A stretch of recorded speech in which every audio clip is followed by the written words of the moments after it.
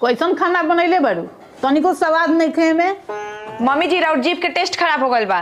ये खाना सब कोई खैला खता अच्छा लागल, रउआ खराब लागता। चली तो रउआ के एगो डॉक्टर भी ले चलता नहीं। चले ना जानी अंगनवे टेढ़, हमार जीभ खराब हो गइल बा।